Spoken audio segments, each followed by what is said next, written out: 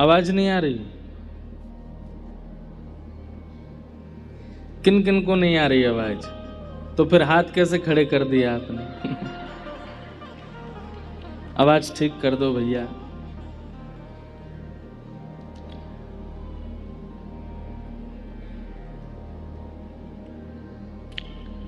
बोलो वृंदावन बिहारी लाल की। अब ठीक आ रही है?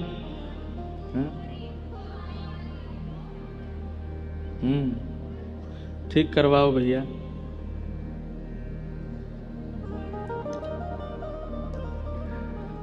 ठाकुर जी की बड़ी कृपा है, हम आप सब लोग भाग्यनगर में बैठे हैं।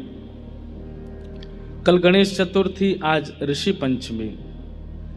ऐसे अद्भुत अद्भुत अवसर कथा में अपने आप प्रकट हो रहे हैं। कल भी वैष्णव जन गणेश पूजन आदि में अति व्यस्त रहते हैं। आज भी हमको पता चला कि माहेश्वरी जन्मा, उसी समय पर जन्मा। दो व्यक्ति एक साथ जन्म लिए, एक ही तारीख है, सब कुछ एक जैसा है, लेकिन फिर भी एक बन गया राष्ट्रपति। और कोई व्यक्ति अत्यंत विशिष्ट नक्षत्रों में नहीं जन्मा है, लेकिन उस पर आशीष इतना है महापुरुषों का, वह आशीष पा करके सब कुछ हासिल कर लेता है।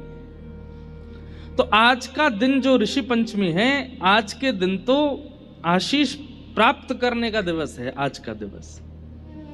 इसलिए माताओं को, पिताओं को, बहनों को, अगर आपके आसपास कोई महापुरुष हैं उनको, अगर आसपास नहीं भी हैं तो ध्यान करके उनको, कम से कम आपको सप्तऋषि प्रणाम तो आज करने चाहिए। तो कैसे करो? जिन जिन महापुरुषों को आप जानते हो, जो वास्तव में ऋषि के भेष में ही हैं, जो वास्तव में ऋषि जैसे आचरण में ही रहते हैं, उनका चिंतन मात्र कर लो। सप्त आचार्यों का तो चिंतन कर ही लो, और चिंतन करके सबके चरणार बिंदों में प्रणाम कर लो, सबसे आशीष ग्रहण कर लो। आज के दिन आचार्य चरणों से आशीष ग्रहण करने से अगर कोई विधि अगर डगमगा भी रही होगी ना, नक्षत्र के अनुकूलता से या आपके ज्योतिष शास्त्र के अनुकूलता से, वह भी व्यवस्थित हो जाती है। आज के दिन ऋषि, जितने भी महापुरुष हमारे भारतवर्ष में, उनमें ऋषियों का ही आवेश हो जाता है। इसलिए आज के दिन आशीष ग्रहण करें, सबको प्रणाम करें, वंदन करें, और अनुकूलता बने, उनको प्रसाद पवा में उनकी कुछ सेवा करें। सबरी जी का नाम आप सबने सुना है। सबरी जी के ऊपर राघव जी ने कृपा की, ये बात सब जानते हैं, पर किस वजह से की? क्योंकि एक ऋषि की कृपा थी उनके ऊपर। एक ऋषि प्रसन्न हो गए थे उनसे। सब लोग ध्यानपूर्वक सुनिएगा, और विशेष रूप से सोफा वाले। नीचे वाले तो सुनते ही हैं, और सोफा वाले, कुर्सी वालों को कुछ ज्यादा ही कंफर्टेबल हो जाते हैं, तो कई बार निद्रा देवी आक्रमण कर देती है। एक तो ये पंडाल भी ऐसा है, यहाँ पे एसी की ठंडी हवा चल रही है, शांत वातावरण है, ज़्यादा शोर शराबा है नहीं, लोग बाग भी बात करते हैं तो आवाज़ आती नहीं। उसमें भी सोफा मिल गया है, बीच बीच में पानी भी मिल जा रहे हैं। बहुत व्यवस्थित होकर के दो चीज़ें नहीं हो सकती। बुरा नहीं मानना, सोफे वालों को मैं बुराई नहीं कर रहा हूँ, है ना। हो सकता है आपके पैर में दर्द होगा, कमर में दर्द होगा। दो चीजें बहुत व्यवस्थाएं करके आप नहीं कर सकते। पहला पढ़ाई। बहुत किसी को अगर अध्ययन करना हो, कोई सिविल्स की तैयारी कर रहा हो, कोई चार्टर्ड अकाउंटेंट बनना चाहता हो, डॉक्टर बनना चाहता हो, और उसको आप 5 स्टार व्यवस्थाएं दे दो, वो नहीं बन पाएगा। बहुत व्यवस्थित होकर के अध्ययन नहीं होता, और बहुत व्यवस्थित होकर के हरिस्मरण भी नहीं होता।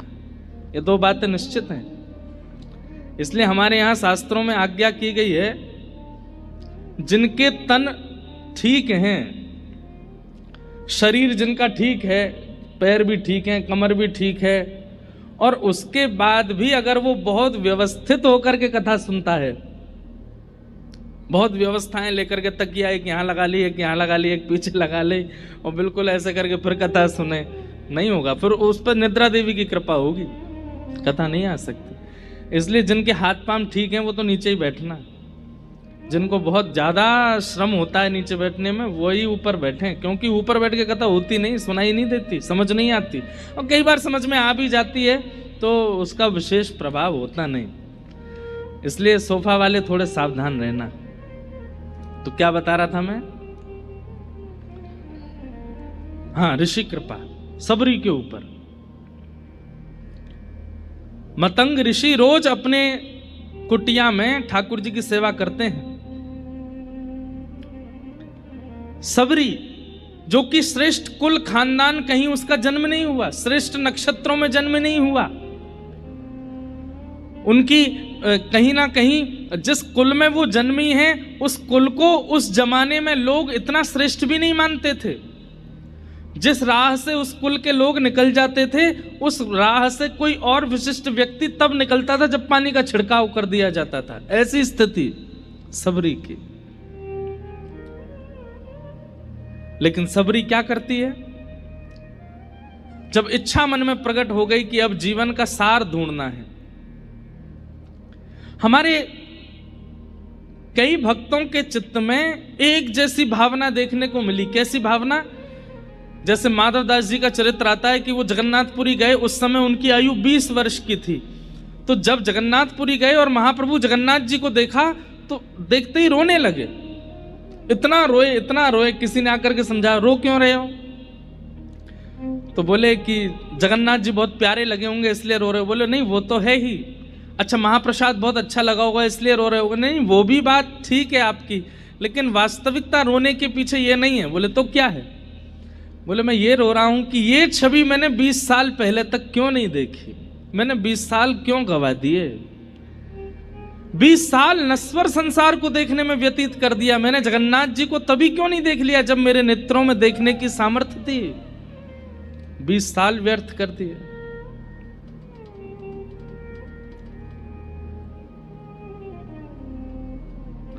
ऐसे ही सबरी के चित्त में भी एक त्याग आ गया कि मैंने जीवन व्यतीत कर दिया इस संसार में, ठाकुर जी से कब मिलूंगी। और निकल पड़ी सबरी।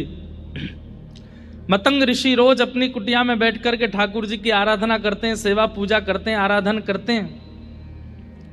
और सबरी छुप करके देख रही है। क्यों छुप करके क्यों देख रही है? क्योंकि उसके मन में यह भावना है कि मुझे सहर्ष तो कोई स्वीकार करेगा नहीं, क्योंकि मैं ऐसे कुल खानदान आदि में जन्मी हूं, मुझे कोई कृपा मेरे ऊपर करेगा नहीं। इसलिए क्या की? सेवा की चोरी। कल भी हमने सुना था कि अनंताचार्य ऋषि की सेवा की चोरी वेंकटेश भगवान कर रहे थे, तो उन्होंने ठाकुर जी को डांट दिया। बोले आप मेरी सेवा की चोरी नहीं कर सकते। पर हाँ, सबरी जैसी सेवा की चोरी हो तो अच्छा है। कैसी सेवा की चोरी? मतंग ऋषि रोज 3 बजे उठ जाते हैं, उठ करके जाते हैं वन में, जाकर के पुष्प तोड़ करके लाते हैं, लकड़ी काट करके लाते हैं, अपने आसन पर आश्रम पर आकर के स्वयं यज्ञ कुंड बनाते हैं, उसमें अग्नि प्रज्वलित करते हैं, गोबर का चौका लगाते हैं, पुष्पों से ठाकुर जी का श्रृंगार करते हैं, आदि आदि ये सब व्यवस्थाएं।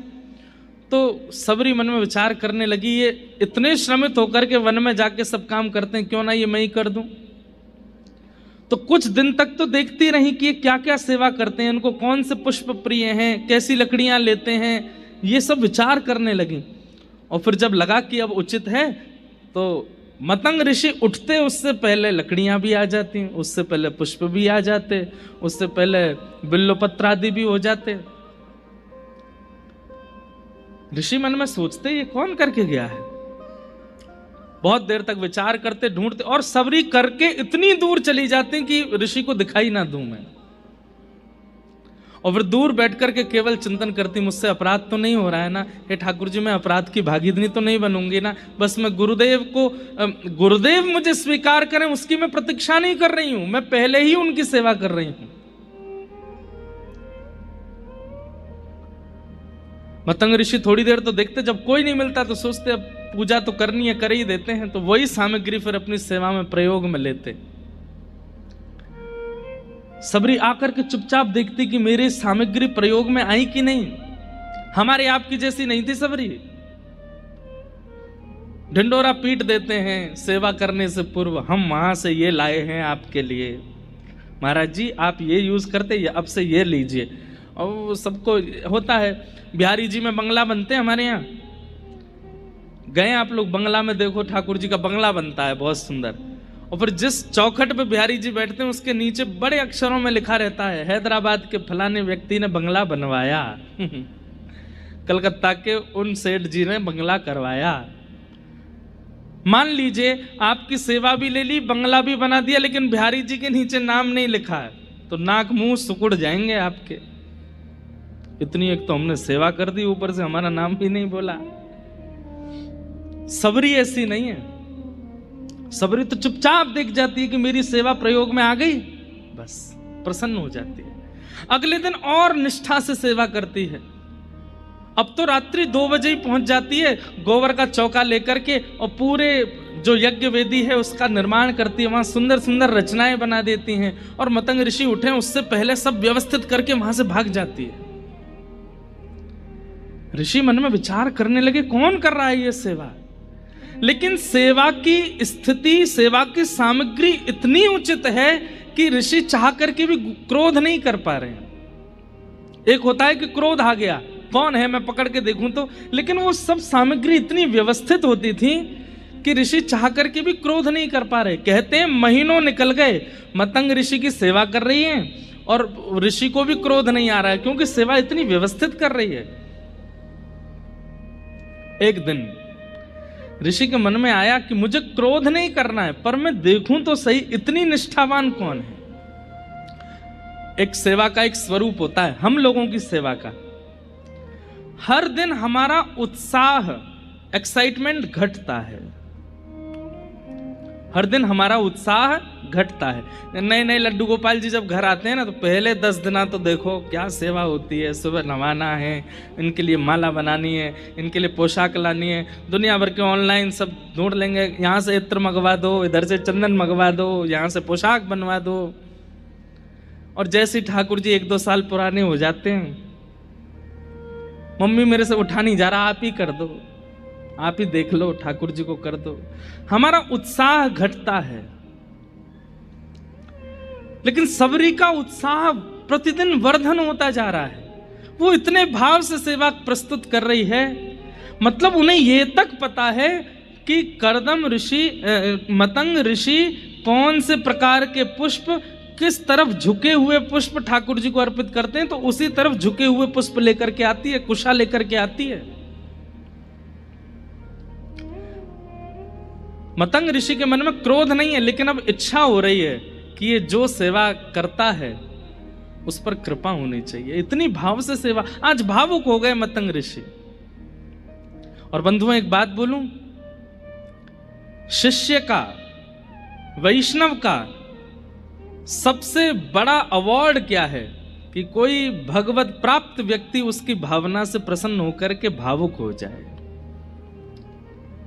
इनको प्रसन्न करने के ज्यादा प्रयास मत किया करो, इनको प्रसन्न करने के ज्यादा प्रयास मत किया करो। मैं अपनी कथा में कहता हूं, हरि प्रसन्न होंगे तो वैकुंठ देंगे, लेकिन हरिजन प्रसन्न होंगे तो हरि को दे देंगे। अगर खाटू श्याम जी प्रसन्न हो गए तो क्या करेंगे? श्रीनाथ जी प्रसन्न हो गए, राधा रमण जी प्रसन्न हो गए तो क्या करेंगे? गोलोक धाम दे देंगे, साकेत दे देंगे, वैकुंठ दे देंगे। लेकिन हरिजन प्रसन्न हो जाए तो हरि को ही पकड़ के नीचे बुलाएंगे, बोले इसको मिलो, इसको प्राप्त हो। आज मतंग ऋषि के मन में आया कि मैं कृपा कर दूं, जिसने ये सब सेवा की है उस पर मेरा मन बस वारी वारी जा रहा है, लुटाने का मन कर रहा है, इतनी अद्भुत सेवा। और आज रात्रि सोए नहीं ऋषि, बस प्रतीक्षा कर रहे हैं कि कोई हलचल बाहर हो और मैं बाहर जाऊं। तभी सबरी आकर के सेवा कर रही है और ऋषि बाहर जैसे प्रस्तुत होते हैं, तुरंत सबरी घबरा जाती है, दौड़ने लगती है वहां से। ऋषि कहते हैं सावधान, वहीं रुक जाओ नहीं तो शाप दे दूंगा। रुक जाती है, नेत्रों में अश्रु आ गए, चरणों में प्रणाम करके कहती है मैंने अपराध किया, मुझे क्षमा कर दें। ऋषि बोले तुम हो कौन और तुम ये सब सेवाएं क्यों कर रही हो मेरी? और ये छुप करके करने की क्या आवश्यकता है? तुम मुझे बोल दो, मैं तुम्हें आज्ञा कर दूंगा कि ये ले आओ, वो ले आओ, ऐसा कर दो, वैसा कर दो। तब सबरी कहती है, आज्ञा करने के बाद उसका पालन करना ये भी एक सेवक धर्म में निम्न कोटि हो जाती है। गुरु की आज्ञा हुई नहीं, उससे पहले समझ जाना, ये श्रेष्ठ कोटि होती है, ये श्रेष्ठता होती है। आप आज्ञा करें और उसके बाद में उसको पूर्ण करूं, तो इसमें मेरा सौभाग्य क्या है? आपका मुखमंडल देख करके मैं पहचान जाऊं कि आप क्या चाहते हैं, वो मेरी सेवा का धर्म है ना। ऋषि बोले, मैं तुमसे बहुत प्रसन्न हूं, बहुत प्रसन्न हूं। अब मैं तुम पर कृपा करना चाहता हूं, अब तुम ये छुप करके मत करो, अब मैं आज्ञा करूंगा वैसे सेवा करो। इस कारण से मतंग ऋषि को कितने लोगों ने त्याग दिया, कितने वैष्णवों ने उनके बारे में अपवाद करने शुरू कर दिए, कई ऋषियों ने उनके बारे में अनर्गल वार्ताएं करनी शुरू कर दी। बोले, एक तो स्त्री को सेवा में रख लिया, ऊपर से ऐसी स्त्री जिसका कुल खानदान भी पवित्र नहीं है। मतंग ऋषि जब ये बात सुनते हैं तो कहते हैं, वह कुल धन्य नहीं जिस कुल को पूरी रामायण याद हो, पूरी मानस जी की चौपाइयां याद हो, पूरे भागवत जी के सदग्रंथ याद हो। वह कुल धन्य है, वह व्यक्ति धन्य है जिनके पास भले ही सब कुछ ज्ञान में ना हो, लेकिन चित्त में भाव प्रकट है। समय आया और मतंग ऋषि एक दिन सबरी जी से कहते हैं, अब मेरे जाने का अवसर है, अब मैं जाऊंगा। रोने लगी सबरी, अब ऐसे मत कीजिए भगवान, आप चले जाएंगे तो मैं कहां जाऊंगी? बोले, नहीं, मैं जाऊंगा तभी तुम्हें ठाकुर जी मिलेंगे। कब मिलेंगे, कैसे मिलेंगे? बोले, बस प्रतीक्षा करो। अवध में रघुकुल कमल दिवाकर प्रभु श्री राम का प्रादुर्भाव होने वाला है, बस तुम प्रतीक्षा करना। प्रतीक्षा में अविश्वास मत ले आना, ठाकुर जी आएंगे। एक ही गुरु मंत्र दे करके गए हैं, प्रभु आएंगे, चाहे आज आए, कल आए, परसों आए। एक अभी सफल होंगे एक दिन जरूर, मनोरथ सफल होंगे एक दिन जरूर, मनोरथ सफल होंगे एक दिन जरूर। और फिर अगली पंक्ति कितनी सुंदर है, न प्रियतम मिले आज, न प्रियतम मिले आज, तो कल मिलेंगे। न प्रीतम मिले आज तो कल मिलेंगे, गुरु गुरु मिल गए तो यूं। देख करके लगता है राम जी इन्हीं के यहाँ आएंगे। 100 500 साल भजन करते करते संतों को हो गए। उस सबरी को देख करके कहते हैं कि तुम क्यों व्यर्थ ही अपना पूरा दिन व्यतीत करती हो? अभी हुआ ही कितना समय है तुमको कि ठाकुर जी तुम्हारे पास आए? और हमें तो ऐसा लगता है राम जी तुम्हारे पास आएंगे नहीं, गुस्सा के कारण। बोले क्यों? बोले तुमने मतंग ऋषि जैसे एक ऋषि के यहाँ आकर के एक स्त्री के द्वारा सेवा हो रही थी, उनका पूरा आश्रम तो तुमने अपवित्र कर ही दिया, तुम्हारे यहाँ राम जी कैसे आ जाएंगे? जिस दिन राम जी का आगमन हुआ दंडक वन में, सब संतों ने अपने घर के, अपने आश्रमों के बाहर गोबर के चौका लगाए हैं, सबने अपना आश्रम सजाया है। सबरी जी के चित्त में यह भावना नहीं है कि वो आए ही, उनको तो यह है कि वो किसी अन्य आश्रम में भी आएंगे तो मैं दूर से देख लूंगी, मुझे दिख जाएंगे, इससे बड़ा सौभाग्य क्या होगा।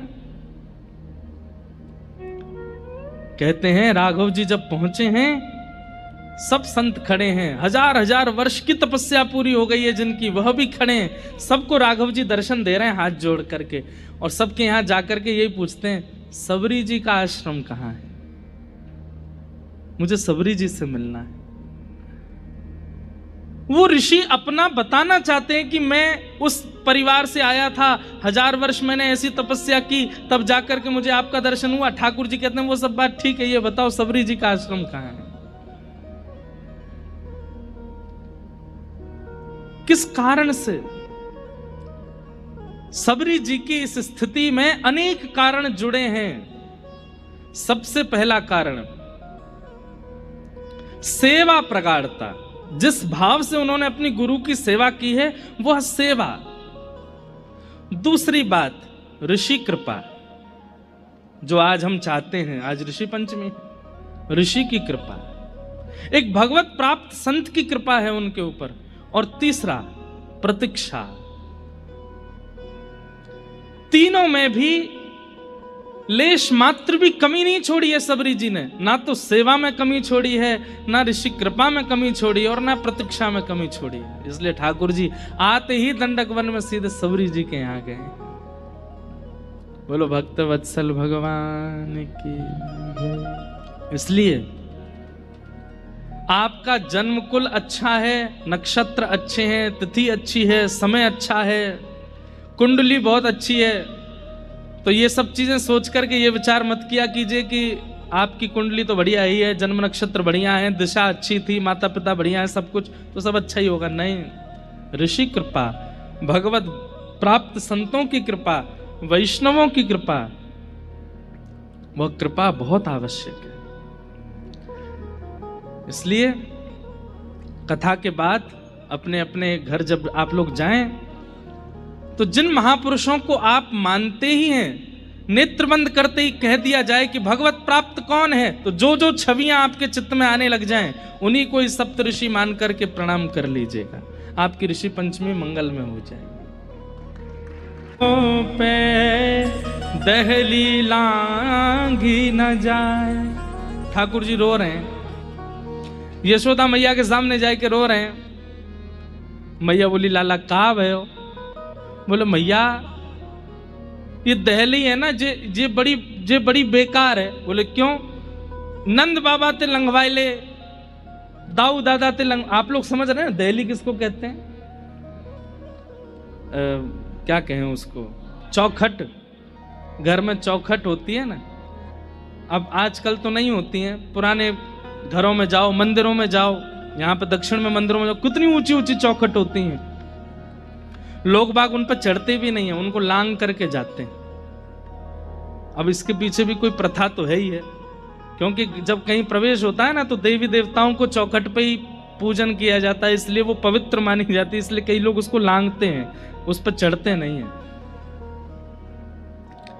तो ठाकुर जी शिकायत कर रहे हैं मैया ते। बोले नंद बाबा ते लंगवाए ले अपने यहाँ पे, यशोदा मैया तुम ते लंगवाए ले, दाऊ दादा लांग जाए आकू। और कहां तक कहूं, गैया बछिया बछड़ा सबरे लांग जाए आकू। और जैसे ही मैं जाऊं जे ऊंची है जाए, मोते ना लांगी जाए। ब्रह्मा जी इस लीला को देख करके कह रहे वाह,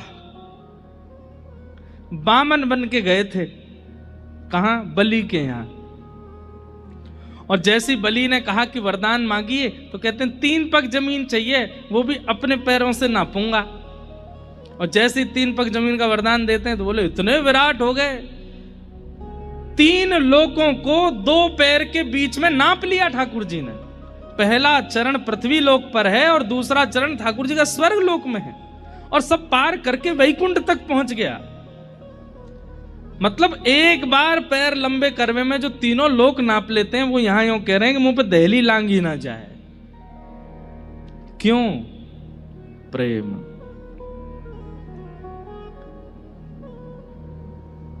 प्रेम के वश अर्जुन रथ हांक्यो, भूल गए ठकुराई। सबसे ऊंची प्रेम सगाई, सबसे ऊंची प्रेम सगाई। ऐसी प्रीत बढ़ी वृंदावन, ऐसी प्रीत बढ़ी वृंदावन।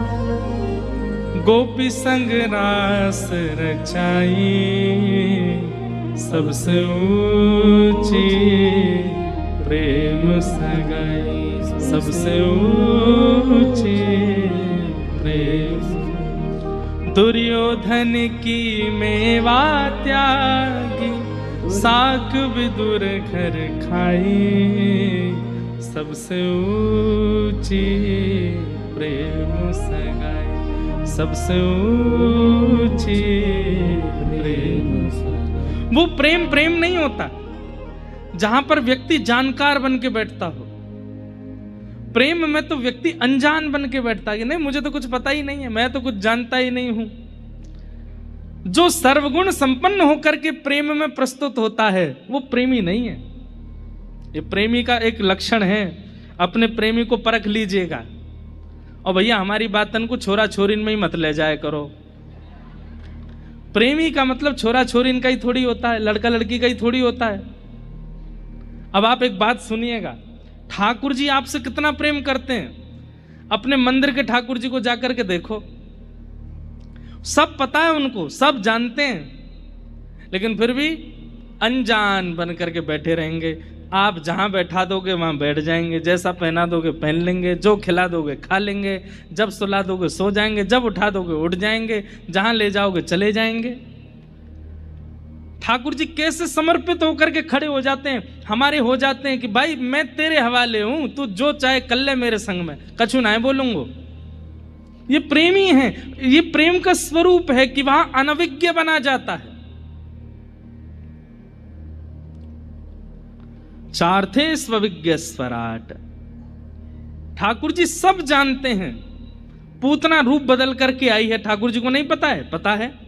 सारे ब्रजवासी उस पर मोहित हो गए, लेकिन ठाकुर जी ने अपने आंगन पे हाथ धर लियो। क्यों हाथ धर लियो? क्योंकि जानते हैं कि कुरूपणी रूप बदल करके आई है, लेकिन सबको कैसा दिखाते हैं कि मोह तो कुछ पता ही ना है। चार्थे स्वविज्ञ स्वराट। और स्वराट का मतलब है अपने प्रकाश से प्रकाशित हैं। गोपियां अंधेरे में रख देती हैं मटकियों को, बोले लाला अंधेरे से डर लगे, अंधेरे में ना जाएगो। लेकिन ठाकुर जी अंधेरे में भी जाके माखन चोरी कर लेते हैं। तो यशोदा मैया कहें, अरे लाला एक बात बता, आपको ब्रजभाषा समझ में आ रही है सबको? सोफा वाले बताओ। सोफा वाले कहेंगे हम बढ़िया बैठे यहाँ पे, कल से हम भी नीचे बैठेंगे। नहीं, हम सत्य बता रहे हैं। आप आज तो सोफा पे ही बैठ के सुनो, जिनके हाथ पांव में दिक्कत है वो तो सुनो, लेकिन कल अगर जिनके हाथ पैर ठीक है वो नीचे बैठ के सुनना। और आज की कल की कथा में आप अंतर देख लेना। जिस दिन आप नीचे बैठ के सुनेंगे ना, उस दिन कथा अलग ही प्रवाहित होगी चित्त में, उस दिन एक अलग ही असर होगा उसका। तो क्या बता रहा था मैं, क्या बता रहे थे? हाँ, गोपियां अंधेरे में धर देती हैं मटकी, लेकिन ठाकुर जी फिर भी चोरी कर लेते हैं। तो यशोदा मैया कहें, अरे लाला न्यों बता, रात में तो कुछ सुबाते समय में दियो बुझाए तुम तो रोन लगे, मैया अंधेरो है गो मुकु हुआ खा जाएगो, डर लग रहा है, दियो जराए दे। और ये गोपी अंधेरे में मटकी धर दें, तू कहां से जाए कि चुराए ले, तो कु कैसे दिख जाए और तुम वहां हुआ ना मिले। तब ठाकुर जी मैया के सामने क्या कहते हैं, मैया जो तेने पद्मराग के कंगन मुंह को पहना रखे हैं ना, बोले हाँ, इनमें ते अद्भुत प्रकाश निकसे, जैसे ही मैं अंधेरे में जाऊं तो इनमें ते प्रकाश निकलने लगे, बातें मैं मटकी ढूंढ के खाए लाऊं। अब ये तो ठाकुर जी बहाना बना रहे हैं, पर वास्तविकता क्या है? वो स्वयं स्वराट है। श्री कृष्ण करणामृत एक ग्रंथ है विल्व मंगल जी का। विल्व मंगल जी उस कृष्ण करणामृत ग्रंथ में एक श्लोक में कहते हैं, ठाकुर जी जितनी घने सघन वन में जाते हैं, प्रकाश से जितने घने वन में चले जाते हैं जहां सूर्य का प्रकाश जाता भी नहीं हो, उतने ठाकुर जी सुंदर लगने लगते हैं। इसलिए किशोरी जी ठाकुर जी को निकुंज में ही रखती हैं। कभी भी आपने ये नहीं सुना होगा धूप बिहारी। कौन से बिहारी है? कुंज बिहारी, निकुंज बिहारी। ठाकुर जी जितने सघन वन में प्रवेश करते हैं, जिन्हें घने जंगल में प्रवेश करते जाते हैं, किशोरी जी कहते हैं जितने घने जंगल में श्री कृष्ण प्रवेश करते हैं उतने सुंदर होते चले जाते हैं। क्यों? क्योंकि फिर सूर्य के प्रकाश से उनका रूप नहीं दिख रहा है, वो अपने प्रकाश से दिखते हैं। स्वराट। कृष्ण करणामृत में श्री विल्वमंगल जी कहते हैं ठाकुर जी का वर्ण काला नहीं है, ठाकुर जी काले नहीं है। ठाकुर जी का वर्ण कैसा है? बोले नील मणि के जैसा है। और मणि सूर्य में प्रकाशित नहीं होती, मणि अंधेरे में ही प्रकाशित होती है। इसलिए आपके दक्षिण भारत में मंदिरों में ठाकुर जी के दर्शन जो है दिया में ही होते हैं। कभी जाइए त्रिवेंद्रम या किसी भी मंदिर में चले जाओ, सब जगह वही है, दियान में ही हूं मैं। अरे तिरुपति देखो, तिरुपति जी में तो कितने भीतर होते हैं ठाकुर जी, वो दिया में ही दिख रहे होते हैं। और दिया से दिख तो रहे, लेकिन वास्तविकता यह है कि वो उनके स्वयं के प्रकाश में दर्शन होता है। लगता है कि हाँ साक्षात ठाकुर जी का। हमारे बिहारी जी वृंदावन में आज भी दिया में ही विराजते हैं। जब बंगला बनता है तो बाहर आते हैं तो लाइट वाइट में दर्शन हो जाते हैं, नहीं तो गर्भगृह में बिहारी जी आज भी दिया ही जलता है, वहां पे लाइट नहीं है। कितने मंदिर ऐसे हैं हमारे वृंदावन में, आज भी वहां पर दिया में ही ठाकुर जी के दर्शन होते हैं। क्यों? क्योंकि ठाकुर जी का जो स्वरूप है वो जितने घनघोर अंधेरे में जाते हैं उतने ज्यादा प्रकाशित होते चले जाते हैं। स्वराट। तेने ब्रह्म हृदय आदि कवये मुह्यन्ति यत्सूरय। ब्रह्मा को जिन्होंने अपनी लीला के द्वारा आनंदित किया, सबको कथा पता है। ब्रह्मा जी जब सखाओं का हरण करके चले गए तो ठाकुर जी ने फिर ब्रह्मा जी के मोह को दूर किया। मुह्यन्ति यत्सूरय, बड़े बड़े सूर, सूर यानी कि ज्ञानी, और एक अर्थ लगाया जाए तो बड़े बड़े देवता भी जिनकी लीला पर मोहित रहते हैं। इंद्र आदि देवता भी जिनकी गिरधर धारण छवि पर मोहित हो गए। मुह्यन्ति यत्सूरय तेजो वारि मृदाम यथा विनिमयो। पृथ्वी जल अग्नि वायु आकाश। हम एक बात कहते हैं, श्री कृष्ण कौन है पता है? पर्यावरण मित्र कौन है? और हम कौन है? पर्यावरण शत्रु। कौन है हम लोग? जो हैं वो स्वीकार कीजिए, हम पर्यावरण शत्रु हैं और श्री कृष्ण पर्यावरण मित्र हैं। हमारी ठाकुर जी से मिलने में एक बाधा यह भी है कि हम पर्यावरण के शत्रु हैं और ठाकुर जी मित्र हैं। अब पूरी कृष्ण लीला देख लीजिए, ठाकुर जी क्या करते हैं?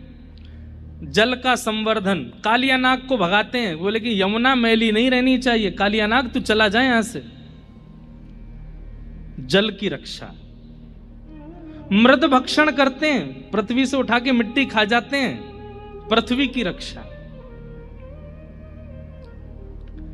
2 बार दावाग्नि लगी व्रजमंडल में, दोनों बार अग्नि का पान कर गए ठाकुर जी, अग्नि की रक्षा। तृणावर्त नाम का एक दैत्य आया था बवंडर के रूप में, ठाकुर जी ने उसको मार करके वायु की रक्षा। महाराज करके ठाकुर जी कर रहे हैं आकाश की रक्षा। और श्री गिरिराज जी को धारण करके ठाकुर जी पर्वतों की रक्षा, वृक्षों की रक्षा, गोबर गाय की रक्षा, दूध की रक्षा। संपूर्ण कृष्ण लीला सुनने में आनंद तो बहुत आता है आपको, लेकिन उन लीलाओं से निकालिए कि ठाकुर जी ने किन किन का संवर्धन किया।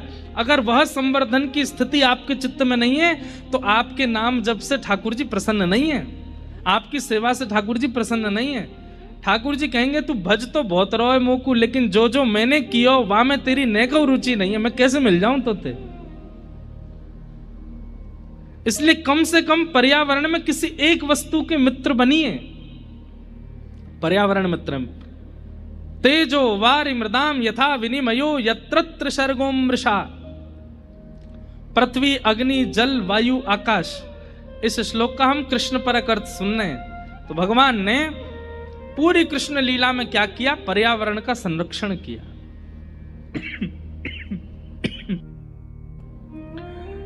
यत्र सर्गो मृषा। व्रजलीला,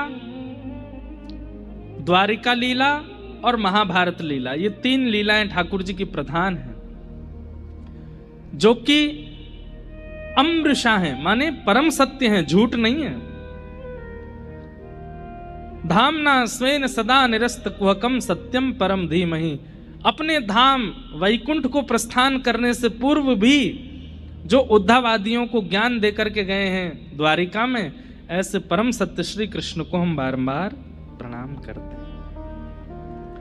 इस प्रकार प्रथम श्लोक में श्री कृष्ण को वंदन किया गया। वंदन वैसे तो स्वच्छंद भाव से तो ब्रह्म परक अर्थ है इस श्लोक का, और ब्रह्म परक अर्थ ऐसा है कि आपको समझने में बहुत मुश्किल हो जाएगी। अब एक दो लाइन का ही कर देता हूं। जन्माद्यस्य यतोऽन्वयादि तरतः, जो जन्म और मृत्यु के हेतु हैं, जिनके कारण जन्म होता है, जिनके कारण मृत्यु होती है। यतोऽन्वयाद् इतरतः, जो जन्म और मृत्यु से इतर हैं, उनका ना कभी जन्म होता है ना कभी मृत्यु होती है, लेकिन भक्त वत्सलता के लिए वो जन्म भी लेते हैं। चार्थे स्वविज्ञ स्वराट, अर्थों के प्रति जो अविज्ञ हैं, सब जानते हैं, इसीलिए उनको भगवान कहा जाता है। भगवान किसको कहा जाता है? जिसके पास में 6 नॉलेज हो उसको भगवान कहा जाता है। कौन कौन सी? वेत्ति विद्याम अविद्याम च सवाच्यो भगवानति, उत्पत्ति प्रलयम चैव भूतानाम अगति गति, वेत्ति विद्याम अविद्याम च सवाच्यो भगवान इति। ये 6 नॉलेज जिसके पास है उसको भगवान कहते हैं। सबसे पहला, इस पृथ्वी का निर्माण कब हुआ, एग्जैक्ट डेट जिसको पता है, और इस पृथ्वी और ब्रह्मांड का प्रलय कब होगा, ये एग्जैक्ट जिसको पता है, वो परमात्मा। लोग कितना भी दावा कर दें, लेकिन आज तक साइंस इस चीज में आगे आ ही नहीं पाया कि इस पृथ्वी का निर्माण, ब्रह्मांड का निर्माण कब हुआ। कहते हैं कुछ इतने साल हो सकता है पहले, एग्जैक्ट क्या है नहीं पता किसी को भी। दूसरी बात, इस सृष्टि का प्रलय कब होगा। कोई कहता है 2012 में प्रलय आने वाला था, कोई कह रहा 2020 में प्रलय आएगा, कोई कह रहा 2025 में। तो अभी कहीं सुन रहा था मैं कि जून जुलाई तक के बाद तो जो है आधी पृथ्वी तो मर चुकी होगी, अभी तक जीवित बैठे हैं, कुछ भयो ही ना है।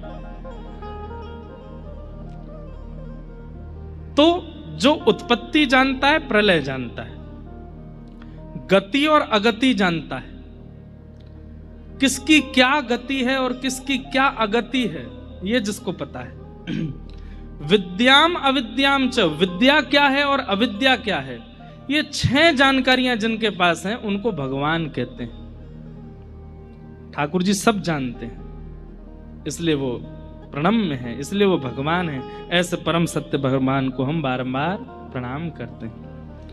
भागवत जी का दूसरा श्लोक, धर्म प्रोजित कैतवोत्र परमो निर्मत्सराणां सतां, वैद्यं वास्तवमत्र वस्तु शिवदं, तापत्रयोन्मूलनं, श्रीमद्भागवते महामुनिकृते, किं वा परैरीश्वरः सद्यो हृद्यवरुध्यते त्रिकृतिभिः शुश्रूषुभिस्तत्क्षणात्। धर्म, अधिकारी, संबंध और प्रयोजन। विषय, अधिकारी, संबंध और प्रयोजन, 4 बातें बहुत ध्यान से सुनिएगा। सबसे पहली बात, कथा का अधिकारी कौन। कथा का अधिकारी मतलब ठाकुर जी किसको अधिकार देते हैं अपनी प्राप्ति का। आप भगवान को प्राप्त करना चाहते हैं, पर आप उनके अधिकारी बने हैं कि नहीं, ये जानना बहुत जरूरी है। बहुत ध्यान से सुनिएगा। जो परम धर्म में व्यवस्थित है वही ठाकुर जी का अधिकारी है, कथा सुनने का अधिकारी है। धर्म प्रोजित कई तवोत्र परमो। भागवत जी का विषय क्या है? हमारे चित्त में परम धर्म का उद्दीपन होना और हमारे चित्त से ईर्ष्या का नाश होना। एक बात बहुत ध्यान से सुनिएगा हमारी। कई लोग अपने क्रोध पर काम करते हैं कि हमारा गुस्सा बहुत है, कंट्रोल होना चाहिए। कई लोग अपनी जीभ पर काबू करते हैं कि बहुत चटोरी है, इसको काबू करना है। कई लोग अपने शरीर पर ध्यान देते हैं, बहुत फैलता जा रहा है, इसको सावधान करना है। कई लोग अपने माइंड को, मन को एकाग्र करने का प्रयास करते हैं, बहुत विचलित रहता है संसार में। हमारी एक बात मानिएगा, हमारे शरीर में एक दोष ऐसा है, अगर वह सुधर जाए तो बाकी सब में सुधरने की स्थिति आ जाएगी। और उस दोष का नाम क्या है? ईर्ष्या। आपने शरीर तो अपना स्वस्थ कर लिया, काम पर तो विजय कर ली, क्रोध पर तो विजय, लेकिन एक वो होता है ना कि रोग ठीक हो गया लेकिन कुछ दिन बाद उसका थोड़ा सा अंश रह गया था तो दोबारा आ गया। कई लोगों को गंभीर बीमारी हो जाती है, डॉक्टर ऑपरेशन करके वो पार्ट ही निकाल देते हैं जो इफेक्टेड हुआ है, पर सुनने में आता है कि 2, 4, 5 साल बाद फिर से हो गया। बोले क्यों? बोले उसका कोई अंश रह गया था अंदर। ऐसे ही आप कितना भी काम पर विजय प्राप्त कर लीजिए, कितना भी जीभ पर विजय प्राप्त कर लीजिए, कितना भी शरीर को स्वस्थ कर लीजिए, लेकिन आपके अंदर ईर्ष्या दोष यदि है तो वो फिर से सब कुछ प्रकट कर सकता है। अगर ईर्ष्या दोष ही निकाल दिया जाए और ईर्ष्या दोष निवृत्ति के बाद काम पर, जीव पर, क्रोध पर, शरीर पर, अन्य अन्य भावों पर अगर काम किया जाए तो जो एक बार नष्ट होगा वो पुनर्जागृत नहीं होगा, क्योंकि ईर्ष्या को आपने निकाल दिया। इसलिए भागवत जी में कहा निर्मत सराणाम सताम। कथा सुनने का एक उद्देश्य यह भी रखिए कि मेरे चित्त से ईर्ष्या खत्म हो। आप कहोगे महाराज जी हम में तो ईर्ष्या है ही नहीं, इतनी सी नहीं है, सबके अंदर है। कोई अगर रूपवान है और उससे तनिक थोड़ा सुंदर अगर कोई और आ जाए ना, एक मीठी ईर्ष्या आ जाती है चित्त में। कोई थोड़ा सा ज्ञानवान है और उससे तनिक ज्यादा ज्ञानवान कोई आ जाए तो ईर्ष्या आ जाती है चित्त में। हम जैसे हैं, हमसे 1% भी ज्यादा किसी के पास कोई गुण होता है तो हमारे चित्त में ईर्ष्या जन्म लेती ही लेती है। आप कैसे कह सकते हैं कि आप में ईर्ष्या बिल्कुल नहीं है? सबके चित्त में होती है। लेकिन अगर वह ईर्ष्या नष्ट हो जाए तो आप अपने शरीर के जितने भी दोष हैं सब पर काम कर सकते हो।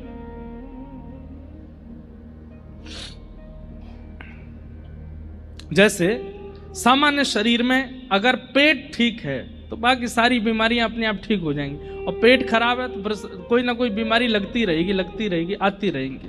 ठीक वैसे ईर्ष्या, और ईर्ष्या को समाप्त करने का एक ही तरीका है, धर्म नहीं, अब परम धर्म के मार्ग पर चलो। परम धर्म, परम धर्म किसे कहते हैं?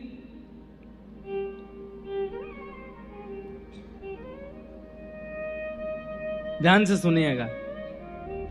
आपने कथा में कोई अच्छी बात सुनी, कोई बहुत विशिष्ट बात सुनी, तो आपने तो मन बनाया कि मैं इसको अपने जीवन में उतारूंगा, ये बात बहुत अच्छी लगी, अब ये मुझे करना है। लेकिन तभी आपने 2-4 लोग और सोच लिए, मैं उनसे भी जाकर के कहूंगा, उनको भी प्रेरित करूंगा कि वह भी इस क्रिया को अपने जीवन में लाना प्रारंभ करें। मैं स्वयं का भी कल्याण करूंगा पर उनका भी चाहता हूं कि वे भी कल्याण करें। इसको परम धर्म कहते हैं। ऐसा स्वभाव जिसके चित्त में है उसके चित्त से ईर्ष्या दोष धीरे धीरे निकलने लग जाता है। कथा सुन करके गए और जो कथा में नहीं आए थे उनको फोन करके कहा और भाई सब ठीक हो, अच्छा अब एडिक्शन है उसको, चाय का एडिक्शन है, चल चाय पे चलते हैं। चाय पे ही ले गए, वहां ले जाकर बोले आज महाराज जी ने ये बात बताई। भाई मैं तो मन में विचार कर रहा हूं कि अब से चित्त में, अब से अपनी दिनचर्या में ये प्रभाव लाना है, तुम भी करो। एक बार ही कहना है, नहीं माने तो फिर दूसरे किसी को पकड़ो। मतलब जो व्यवहार अपने चित्त में लाए वो किसी अन्य से भी करवाना है, तभी ईर्ष्या जाएगी। गोस्वामी तुलसीदास जी में ईर्ष्या क्यों नहीं है? मीराबाई में ईर्ष्या क्यों नहीं है? सूरदास जी में ईर्ष्या क्यों नहीं है? क्योंकि जो भी सेवा ठाकुर जी की करते हैं उसको लिख दे रहे हैं, उसका एक पद बना दे रहे हैं, हम सबको प्रदान कर दे रहे हैं कि तुम भी करो। इसलिए उनके चित्त में ईर्ष्या नहीं है। वो चाहते हैं कि हमें ही ना मिले, अरे हमारे श्रीमन रामानुजाचार्य जी महाराज, जिनकी कृपा से दक्षिण भारत में भक्ति आज भी जीवित है, कहते हैं कि आचार्य चरण ने जैसे ही अष्टाक्षर मंत्र उनको दिया, अष्टाक्षर मंत्र सुनते ही, उसका जप करते ही ठाकुर जी सामने प्रकट हो गए, तो भगवान को प्रणाम नहीं किया। गोपुर हुए आरूढ़ उच्च स्वर मंत्र उच्चारो, मंदिर के शिखर पर जाकर के जोर जोर से गुरु मंत्र को गाने लगे। गुरुजी ने आकर के डांटा, हे रामानुज क्या कर रहे हो, गुरु मंत्र को सबको सुनाने की आज्ञा नहीं है। रामानुजाचार्य जी कहते हैं क्या होगा? गुरुदेव बोले नरक जाना पड़ेगा तुमको अगर सबको गुरु मंत्र सुनाओगे तो रामानुजाचार्य जी कहते हैं एक नरक जाएगा, लेकिन एक से मंत्र सुनकर के इतने सारे वैकुंठपति का दर्शन कर लेंगे तो एक का नरक जाना स्वीकार है, पर सबको तो ठाकुर जी दर्शन होना चाहिए। हे गुरुदेव, आपके मंत्र देते ही मुझे नारायण भगवान दिखने लगे, तो मैंने मन में सोचा इस मंत्र को मैं गोपनीय कैसे रख सकता हूं, इसको तो मैं सबको सुना दूंगा। तब फिर गुरुजी ने समझाया तुम्हारी भावना बहुत अच्छी है, लेकिन भाई गुरु के द्वारा प्रदत्त वस्तु का एक गरिमा तो रखो। तो फिर 77 लोगों ने वो मंत्र सुना था और रामानुजाचार्य जी ने उन 77 लोगों को विधिवत पंच संस्कार करके फिर उनको विधि रूप से सब चीज समझा करके उनको भगवत प्राप्ति कराई। कहने का अभिप्राय, हमारे चित्त में सर्वांगीण कल्याण की भावना प्रकट हो तो कहीं ना कहीं ईर्ष्या खत्म हो सकती है। ईर्ष्या उसी के चित्त में अधिकतर होती है जिसके चित्त में अन्य के कल्याण की भावना नहीं है।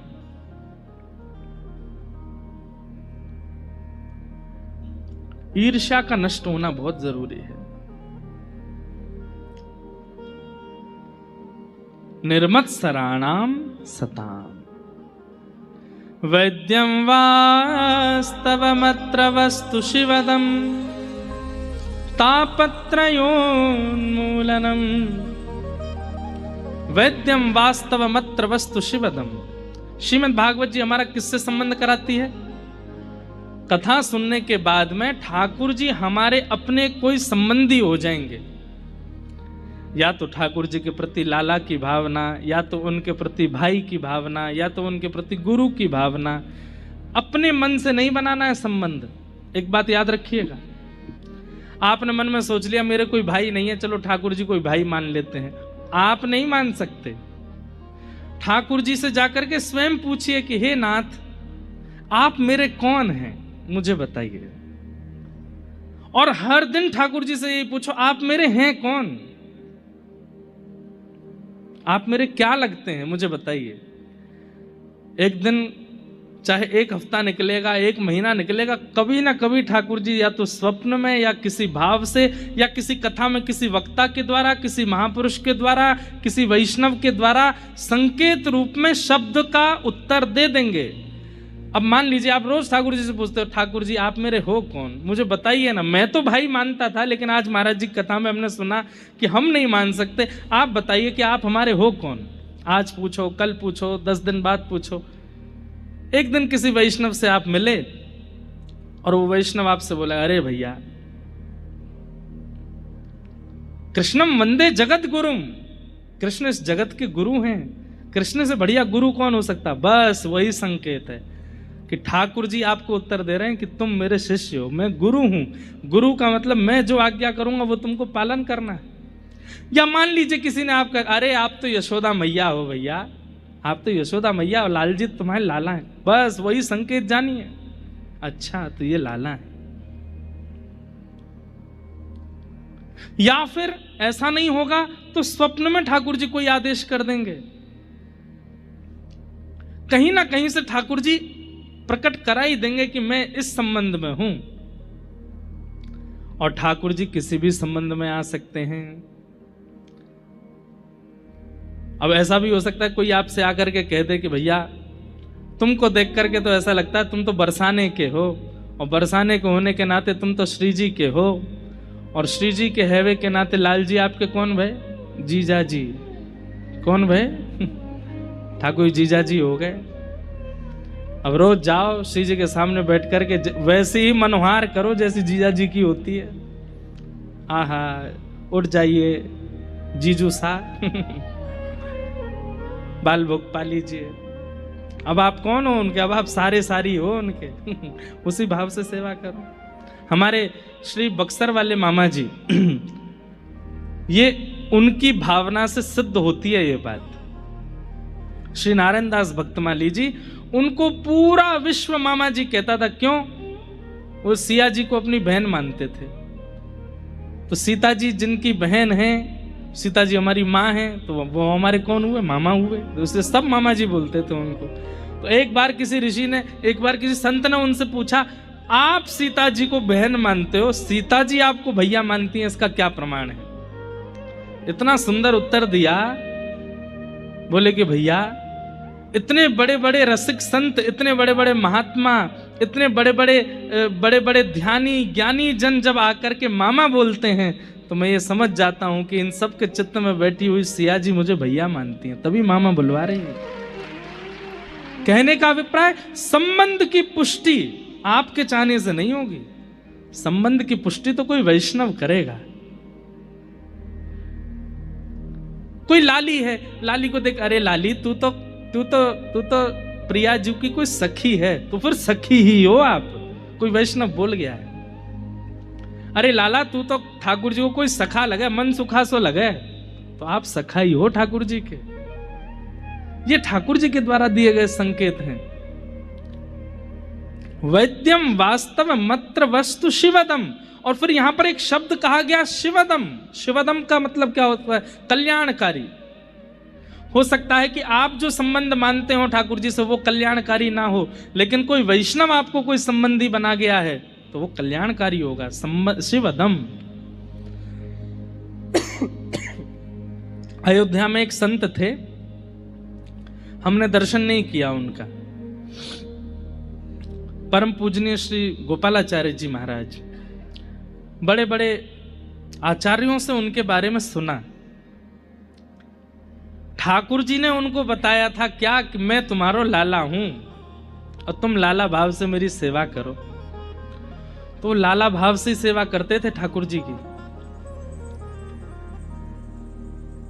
एक दिन हमारे परम पूजनीय श्री अयोध्या धाम के परम पूजनीय श्रीमद जगत गुरु रामानुजाचार्य श्री राघवाचार्य जी महाराज, वे उनकी सेवा में रहे थे। तो महाराज जी एक बार बता रहे थे, बोले एक दिन गुरुजी बोले आज लाल जी का उत्सव करना है। बोले गुरुजी क्या करें? बोले ऊपर पेटी रखी है, बक्सा रखा है, उसमें हाथी घोड़ा आदि ये सब रखे, सब निकालो, ठाकुर जी के आसपास सजा दो। तो बोले कपड़ा के और रुई के हाथी घोड़ा ऊंट गैया खिलौने ये सब रखे थे, रुई और कपड़े के। बोले हमने बक्सा खोल करके सब विद्यार्थियों ने ठाकुर जी के आसपास सजा दिए। गुरु जी ने ठाकुर जी का उत्सव किया, भोग आदि लगा करके, और बढ़िया 56 भोग बना करके पर्दा करके ठाकुर जी का भोग लगा के फिर बोले अब चलो भैया उत्सव हो गया, अब ये हाथी घोड़ा गैया आदि इन सबको वापस पेटी में धर दो। बोले हमने जब जैसी पेटी में धरी तो बोले पेटी बंद नहीं हो। तो गुरुजी बोले हम लोग बोले गुरुजी इसी पेटी में से अभी सब निकाले थे, अब दोबारा धर रहे हैं और ये बंद नहीं हो रहे, और रुई और कपड़े के खिलौने उनको तो कितनी भी पेटी में धर दो वो तो दबा दबा के हो ही जाते हैं बंद। बोले लेकिन हम बैठ रहे हैं तो भी बंद नहीं हो रहा था। तो हमारे गुरुजी बोले, पंडित श्री गोपालाचार्य जी महाराज, वे बोले अरे 56 भोग खाया है ना, सबके पेट भर गए तो भारी हो गए सब इसलिए बंद नहीं हो रहा है। तो बोले क्या करें? बोले थोड़ी देर टहलाओ इनको। तो बोले एक हाथी लेकर के एक घोड़ा लेकर के सब बालक उनको टहला रहे हैं, थोड़ी देर टहला रहे, बोले अब रखो। बोले जैसे रखा पेटी बंद हो गई, ऊपर धर दिया हमने। भावना देखो, ठाकुर जी पुष्टि कर रहे हैं कि मैं लाला हूं। और इतना ही नहीं, आज भी वो लाल जी विराजते हैं श्री अयोध्या जी में। महाराज जी के मन में आया, पूज्य आचार्य चरण के मन में आया कि ठाकुर जी अब बड़े है गए, इनको ब्याह करूंगा। तो महाराज जी की जो माता जी थी उन माता जी के गोद में ठाकुर जी वही लड्डू वो गोपाल जी बैठ जाते और बैठ करके उनकी थोड़ी वयोवृद्ध माता जी उनका पयोधर पान करते थे ठाकुर जी।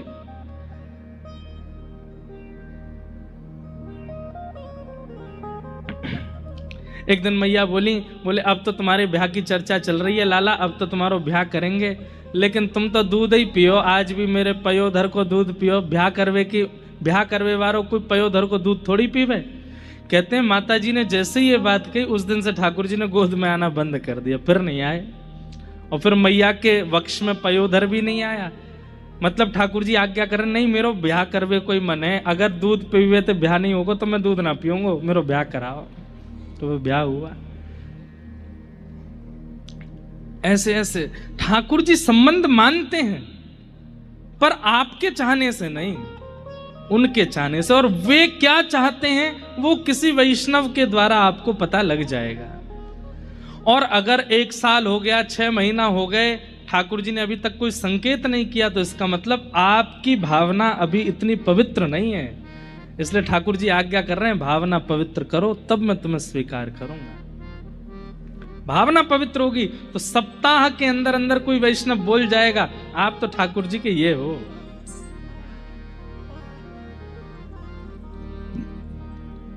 वैद्यम वास्तवमत्र वस्तु शिवदम, ठाकुर जी से संबंध हो।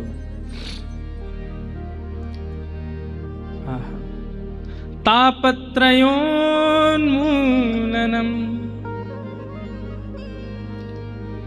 गिरधर प्यारे से जिसका संबंध है, गिरधर प्यारे से जिसका संबंध है, श्याम प्यारे से जिसका संबंध है, श्याम प्यारे से जिसका संबंध है, उसको हर घड़ी आनंद ही आनंद है।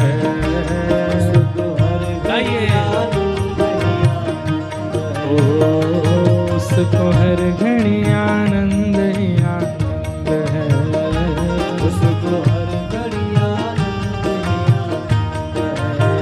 ओ श्याम प्यारे से जिसका संबंध है, श्याम प्यारे से जिसका संबंध है, गिरधर प्यारे से जिसका संबंध है, गिरधर प्यारे से जिसका संबंध है, उसको हर घड़ी आनंद ही आनंद है, उसको हर घड़ी आनंद ही आनंद है, उसको हर घड़ी आनंद ही आनंद है, उसको हर घड़ी आनंद ही आनंद है। ओ झूठी ममता से करके किनारा, झूठी ममता से करके किनारा, हे झूठी ममता से करके किनारा, झूठी ममता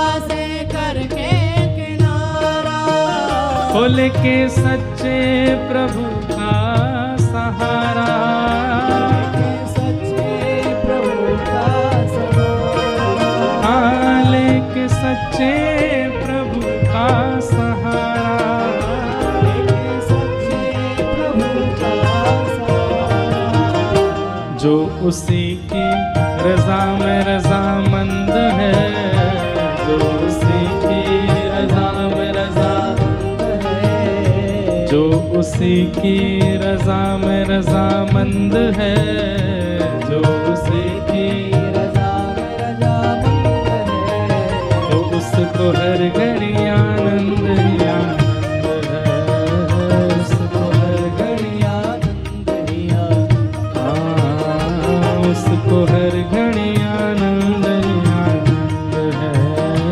उसको हर घड़ी आनंद ही आनंद है। गिरधर प्यारे से जिसका संबंध है, प्यारे से जिसका संबंध है, राधा रमण से जिसका संबंध है, से जिसका संबंध है,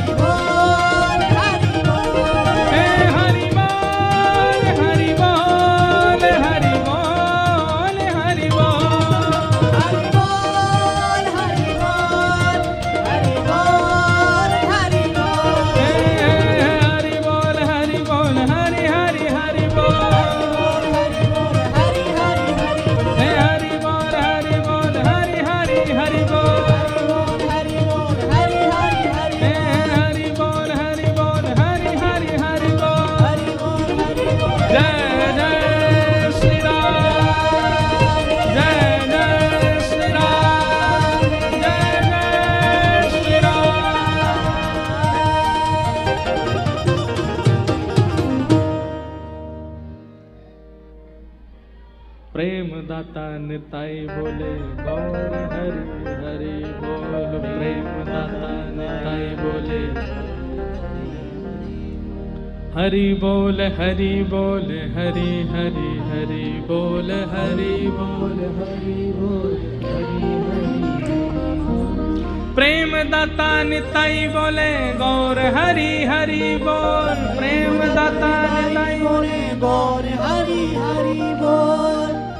वैद्यम वास्तवमत्र वस्तु शिवदम तापत्रयोन्मूलनम। ठाकुर जी से संबंध, और यह भी कोई वैष्णव प्रकट करता है।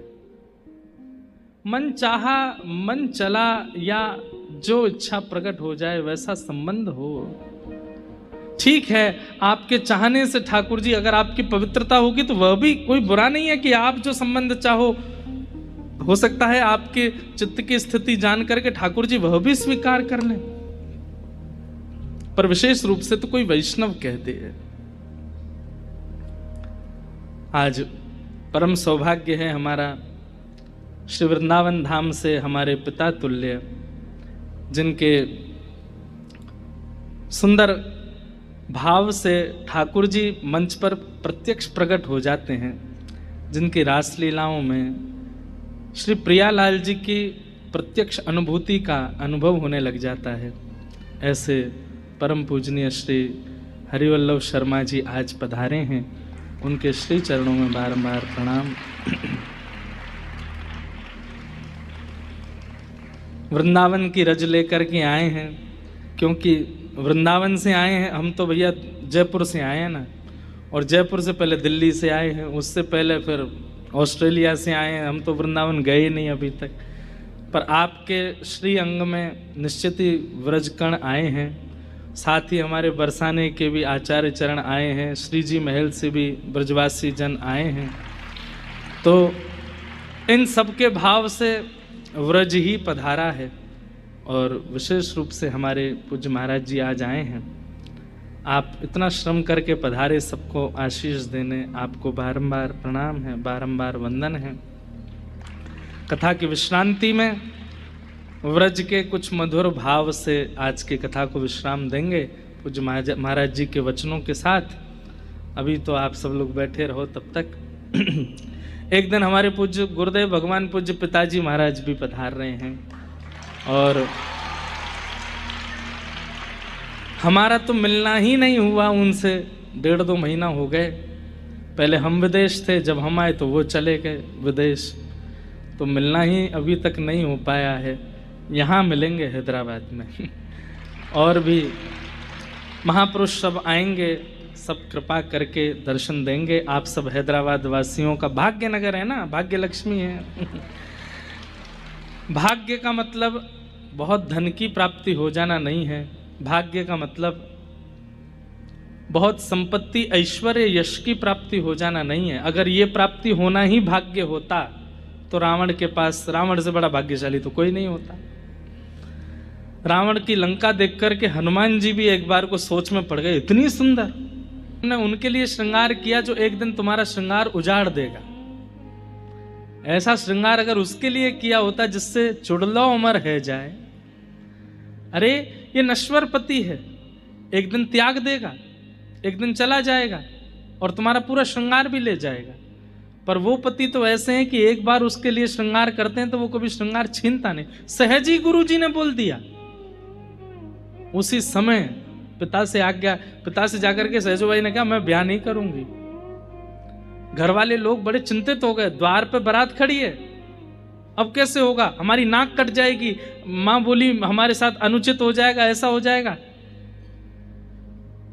लेकिन तभी जैसे ही द्वार से बारात भीतर आई तो जो दुल्हा जिससे ब्याह होने वाला था वहीं बारात में बैठे बैठे उसके प्राण चले गए। कोई रोग था उसको, पूर्व से गुरु जी को अनुभव हो गया था, और वो घर वाले तो जबरदस्ती बस ब्याह कर रहे थे कि जल्दी ये गृहस्थाश्रम में चला जाए, किसी को रोग का पता ना चले और हमारे बेटे का भी ब्याह हो जाए, वंश आगे बढ़ जाए। लेकिन गुरु जी पहले ही परख लिए और ब्याह मंडप में पहुंचा नहीं दूल्हा, उससे पहले तो उसी रोग से उसके प्राण चले गए। उसी दिन ऐसा वैराग्य आया उनके चित्त में कि जो गुरु मेरा भविष्य देख लेते हैं, उन्हीं गुरु को आश्रित हो गई सहजोबाई। और कैसी आश्रित हुई? गुरु जी को सर्वस्व मानती हैं। मैं पद खोल लूं, उनका बहुत सुंदर पद है, गुरु ना बिसारूं मैं राम तज ढारूं। तो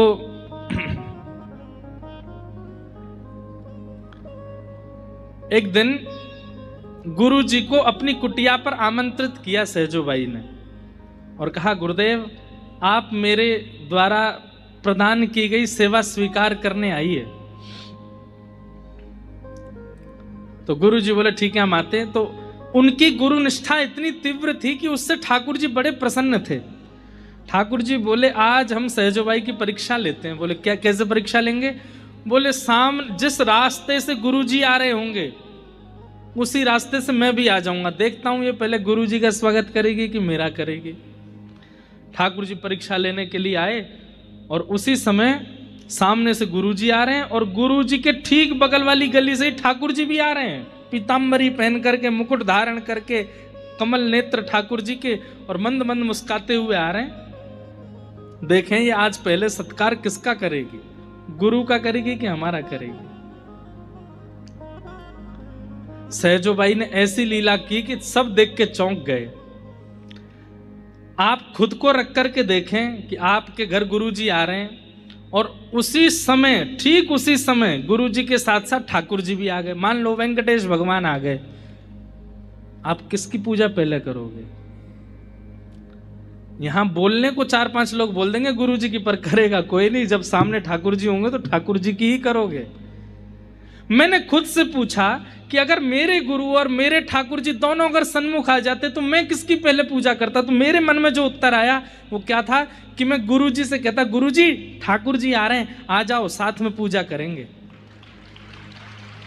मेरे मन में क्या आया कि मैं अपने गुरु जी को भी बगल में बुला के कहूंगा, लो गुरु जी एक थाल एक तरफ से मैं पकड़ूं, आप पकड़ो, दोनों आरती करेंगे। लेकिन सहजोबाई ने ये नहीं किया।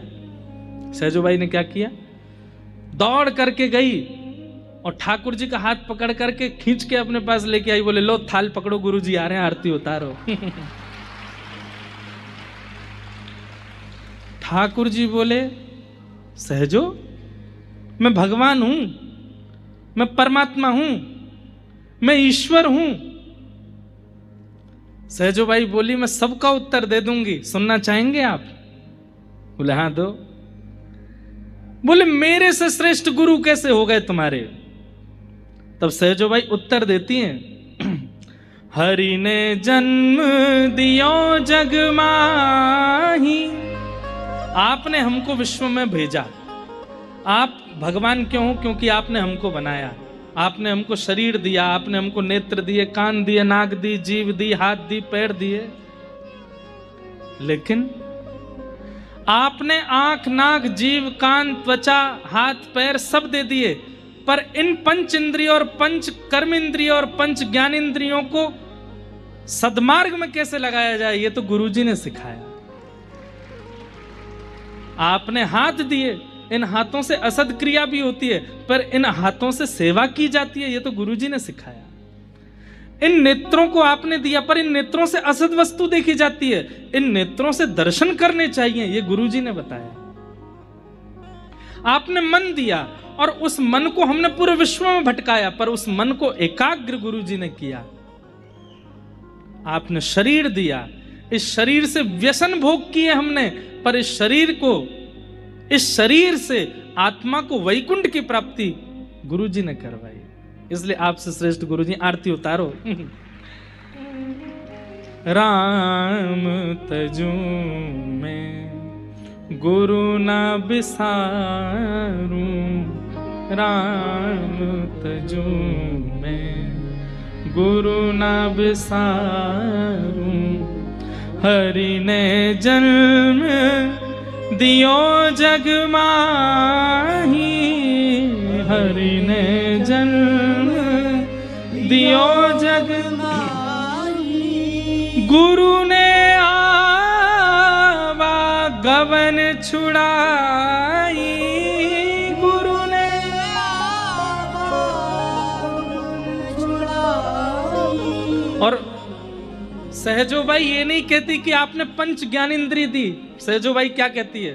बोले आपने तो 5 चोर दिए थे हमको। कौन? बोले आंख, नाक, जीभ, कान। ये क्या है? वो चोर ही तो हैं। हलवाई की दुकान से इनका मन होता है कि बिना पैसे दिए रसगुल्ला खा लें।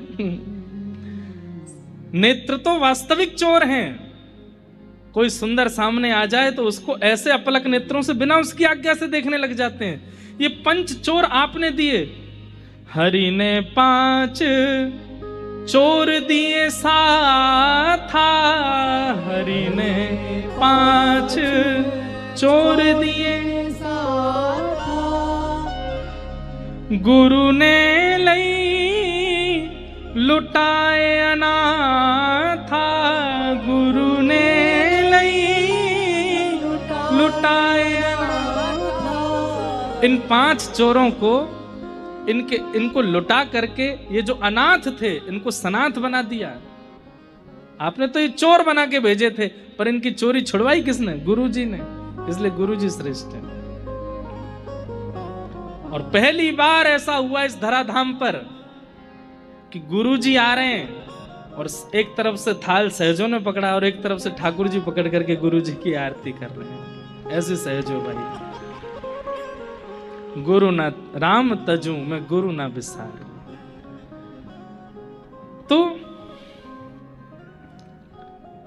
वैद्यम वास्तव मत्र वस्तु शिवदम। मैं किस लिए कह रहा था कि भाग्यवान व्यक्ति वो नहीं है जो बहुत धन कमा ले, ऐश्वर्य कमा ले, नाम कमा ले, यश कमा ले। ये कमाना अगर भाग्यवान होता ना तो अमेरिका में सबसे पैसे वाला आदमी रहता है विश्व का, वो लक्ष्मी पूजा नहीं करता होगा पर सबसे पैसे वाला है, उसके ऊपर लक्ष्मी की कृपा सबसे ज्यादा। तो लक्ष्मी का मतलब धन नहीं होता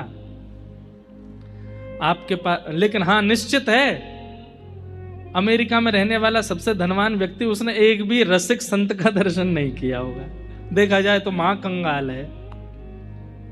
हम आप सब लोग धनी हैं क्योंकि ऐसे ऐसे रसिकाचार्यों के, ऐसे ऐसे महापुरुषों के, ऐसे ऐसे भगवत प्राप्तों के हमको दर्शन होते हैं। आज भी हमारे वृंदावन ब्रजमंडल में कितने महापुरुष ऐसे हैं जो गुप्त रूप से रहते हैं और हम जानबूझ करके उनकी बातें बता देते हैं पर नाम नहीं बोलते कि कोई पहुंच नहीं जाए उनके पास, क्योंकि वो चाहते ही नहीं कि उनका प्रकाश हो।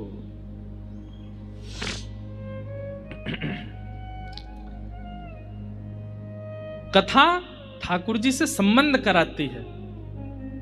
कथा श्रवण करते करते, लीला श्रवण करते करते, भगवत वत्सल्यता का अनुभव करते करते ठाकुर जी के प्रति संबंध बोध होने लग जाए कि ठाकुर जी मेरे कौन हैं, उनसे मेरा संबंध क्या है।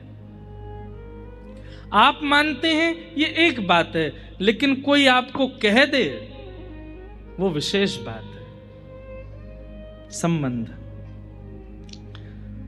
चौथा काम क्या करती है कथा? बोले तापत्रयोन्मूलनम। आदि दैविक, आध्यात्मिक, आदि भौतिक, ये 3 ताप हैं, 3 प्रकार के कष्ट हैं जीवन में। और उन तीनों कष्टों को मुक्त करके, देखो एक बात बहुत ध्यान से सुनना, मैं हर कथा में कहता हूं कि आध्यात्मिक व्यक्ति, भक्ति पथिक व्यक्ति के जीवन में कष्ट नहीं आता, ये ऐसा नहीं है। नाम जापक हो, यज्ञ अनुष्ठान करने वाला हो, कथा सुनने सुनाने वाला हो, ठाकुर जी की निज सेवा करने वाला हो, उसके जीवन में कोई संकट नहीं होता, ऐसा नहीं है। उसके जीवन में भी कष्ट होता है, लेकिन उसे अनुभव नहीं होता, उसे अनुभूति नहीं होती, उसके ऊपर उस कष्ट का प्रभाव नहीं होता। महासंसारी व्यक्ति के जीवन में छोटे छोटे कष्टों का भी प्रगाढ़ प्रभाव होता है, पर भगवत प्राप्त व्यक्ति के जीवन में कष्टों का प्रभाव नहीं होता।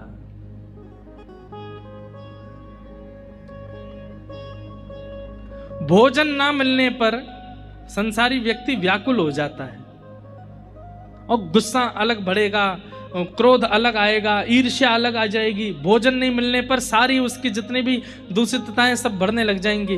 पर भगवत प्राप्त व्यक्ति को जब अन्न नहीं मिलता ना, वो मन में विचार करता है कि कोई बात नहीं, 10 दिन बाद एकादशी आने वाली है, पर ठाकुर जी ने आज 10 दिन पहले ही भेज दी एकादशी मेरे काज। हर स्थिति को अनुकूल मान लेता है।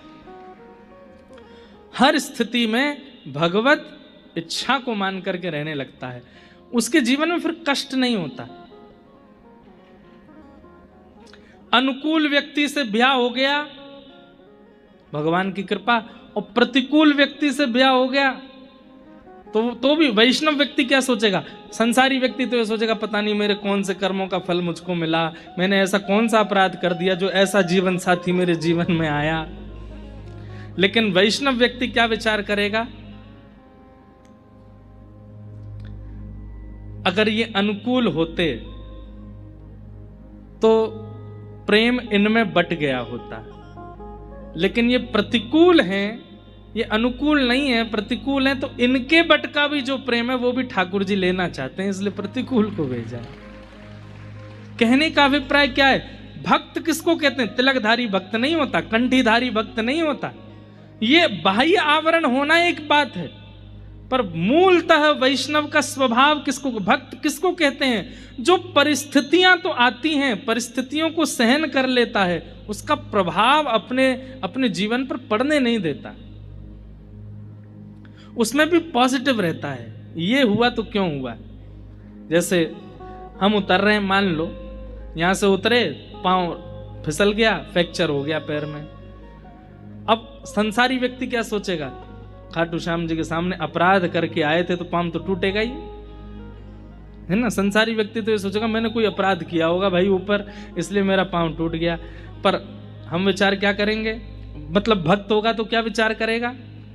बहुत दिन आते भाग रहा हूँ, दौड़ रहा हूँ, तो ठाकुर जी बोले तू वैसे तो आराम करेगा नहीं, चल अब तेरा पांव तोड़ दिया, अब आराम कर। ठाकुर जी आराम की आज्ञा कर रहे हैं। तू वैसे तो दान करेगा नहीं, चल अब ऐसे तेरा पैसा नहीं करवाऊंगा। मतलब वो हर स्थिति को भगवत संबंध मान करके, अनुकूलता मान करके जीता है। ये भक्त की असली पहचान। ठाकुर जी के आगे थाल रखा, भोग का थाल गिर गया तो लोग अरे अपशगुन हो गया, अपशगुन हो गया, कोई ठाकुर जी नाराज हैं, थाल फेंक रहे हैं। नहीं, जैसे छोटा बालक, माँ कितना भी अच्छा सामान लेकर के आवे, लेकिन बालक जब चिड़चिड़ा जाता है तो सामान कितने बढ़िया वो फेंक देता है। वो क्या, माँ ने पूछा क्यों फेंका? बोले मैं इधर बैठ के नहीं, गोद में बैठ के खाना है। ऐसे ठाकुर जी आज्ञा कर रहे हैं। बोले तू थाल धर के मत जावे, अपने हाथ से थोड़ा सा पवा दे मुंह को, तेरे हाथ से पानो। सीधी बात, आप ताली कितनी भी बजाओ, पर मूल बात यह है अपनी हर परिस्थिति में ये मानना कि भगवत इच्छा है। कितनी भी प्रतिकूलता क्यों ना आ जाए, कितना भी ठाकुर जी हाथ पांव तोड़ के पटक दें, तो भी यही विचार करो। एक पंक्ति पद है, मैं गाऊंगा नहीं, बस उसकी अर्थ बता देता हूं। गाने लगते हैं तो फिर सब खड़े होते हैं, बैठाने पर कथा थोड़ी और लंबी होती है। मारा गिरधर लाल थारो नचायो नाचू रे, जो तू तन को रोग लगावे, जो तू तन को रोग लगावे। फिर आगे की पंक्ति है, मैं झट सो जाऊं। अगर आप रोग लगाओ तो मैं ये मान लूंगा कि आप आराम की आज्ञा कर रहे हो, मैं सो जाऊंगा। और फिर अगली पंक्ति क्या है? जो तू काल रूप बन आवे, जो तू काल रूप बन आवे, मैं लपक गोद में आऊं आऊं, मारा गिरधर लाल थारो नचायो नाचू रे। घर का प्राणी कहाँ न माने, मन मन खुशी मनाऊं,